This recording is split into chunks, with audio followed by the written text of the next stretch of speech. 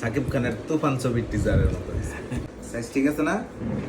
আরে খাও, সাইজ দিয়ে কি করবো? মানে বাড়ির মধ্যে আজকে ব্রেন হচ্ছে সব থেকে বিভিন্ন রকম শাক, দুর্দান্ত দুরন্ত। কারণ আজকে সরিষার তেলের শাক তুলে নিই। অন্যদিনের চাইতে আজকেরটা অনেক বেস্ট ছিল। আসসালামু আলাইকুম, নতুন একটা ব্লগ ভিডিও নিয়ে চলে আসলাম। আমি আপনার গৌরবগঞ্জের মাইয়া প্লাস বউ রোকাইয়া। আশা করি সবাই ভালোই আছেন। আমার ঘরে যেটা হয় যে নর্মাল ভাত তরকারির থেকে বিরিয়ানিটা একটু বেশি চলে, তো আজকে একটু বিশেষ দিন ছিল, যার জন্য সেই সাথে পায়েস করছি। প্রথমে যেটা করছে এটা হচ্ছে বিকালবেলা আমি বাইর হয়েছি একটু কেনাকাটা করার জন্যে। আসলে আমার কিছু মেডিসিন লাগবে, ঘরের অনেকেই অসুস্থ, ঠান্ডা সর্দি জ্বর, আর এছাড়াও আমার কিছু ওষুধ দরকার ছিল। আমি প্রথমে দেশি সুপার শপ থেকে আমি আমার মেডিসিনগুলো যেগুলো দরকার ছিল ওগুলো নিয়ে নিছি।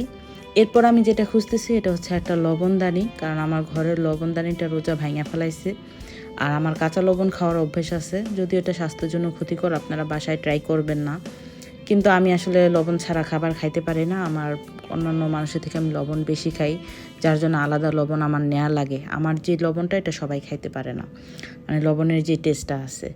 তো এখানে আমি আসছি কোয়ালিটি শপে, আমি ওখান থেকে আরও কেনাকাটা করে একটা কেক কিনে নিয়ে আসছি। আজকে আমার পাশে একটা বিশেষ দিন। আর হচ্ছে এই লবণদানিটা, এটা আমি কিনে নিয়ে আসছি। এটার মধ্যে হোয়াইট কালার ছিল, তারপর গ্রিন কালার ছিল, কিন্তু আমার কাছে মনে হচ্ছে যে ব্ল্যাক কালারটাই বেশি ভালো লাগতেছে। আমি আসলে একটু অন্যরকম খুঁজছিলাম কিন্তু পাইনি, বাধ্য হয়ে এটা কিনে আনা লাগছে।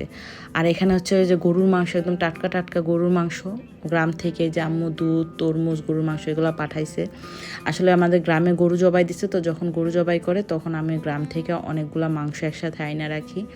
তো এবার প্রায় 5,000 টাকার মতো মাংস কিনে নিয়ে আসছি গ্রাম থেকে।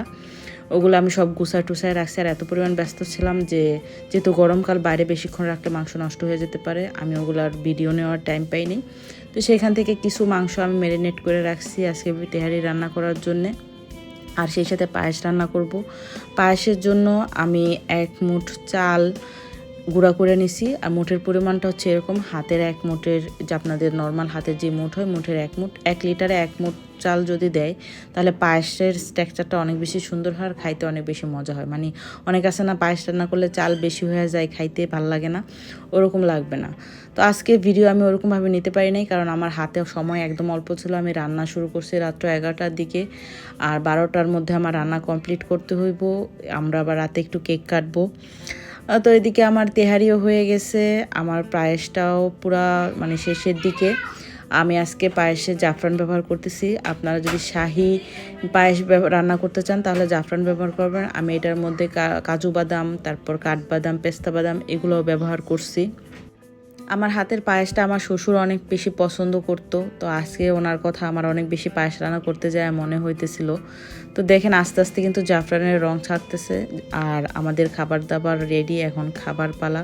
যেহেতু বিশেষ দিন, যার জন্য একটু বিশেষ বিশেষ প্লেটগুলো বের করে নিছি। আসলে এটা আমাদের একটা ফ্যামিলি প্রোগ্রাম, আর কিছুই না, আমরা নিজেরা নিজেরা একটু খাবার দাবার খাইতেছি, একসাথে গল্প টল্প করবো এরকম। তো খাবার খাইয়া কার কেমন লাগছে রিভিউটা আপনারা একটু পুরা শুইনা নেন।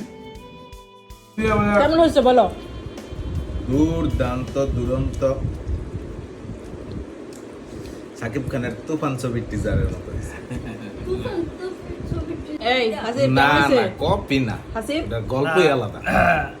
আমার মানে বাড়ির মধ্যে আজকে ব্রেন হচ্ছে সব থেকে বিভিন্ন রকম শাক, কারণ আজকে সরিষার তেলের শাক তুলে নিই। অন্যদিনের চাইতে আজকেরটা অনেক বেস্ট ছিল।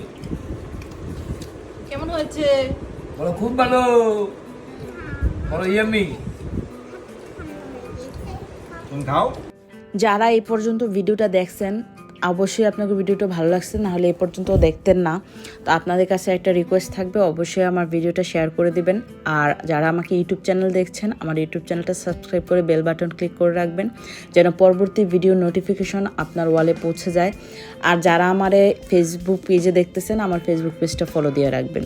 তো এখানে রোজার পাপা বেলুন, কয়েকটা রোজাকে নিয়ে বেলুন ফুলায় নিচ্ছে, কারণ রোজা বেলুনের জন্য অনেক বেশি আবদার করতেছিল। আর আজকের খাবারগুলো এত পরিমাণ মজা হয়েছিল, যেমনি মজা হয়েছে পায়েস তেমনি মজা হয়েছে তেহারি। আলহামদুলিল্লাহ, একদম ফ্রেশ গরুর মাংস দিয়ে রান্না করছে, তো মাত্রই দুপুরে জবাই করছে, ওইটা দিয়ে সন্ধ্যার সময় রান্না করছে। আর এখানে আমরা একটা কেক নিয়ে আসছিলাম বাসায় খাওয়ার জন্য সবাই। আমার অনেক দিন যাবত কেক খাইতে ইচ্ছে করছিল, তো ভাবলাম আজকে যেহেতু সবাই একসাথে হয়েছি, একটা কেক সবাই খাওয়া যাইতেই পারে, যার জন্য কেকটা নিয়ে আসলাম। রোজা কেক নিভানোর চেষ্টা করতেছে, মানে মোমবাতি নিভানোর চেষ্টা করতেছে। তো এটা রোজা কখনো মোমবাতি নিভায় না, যার জন্য পারতেছিল না। অনেক দিন পর সবাই মিলে সুন্দর একটা সময় কাটাইলাম।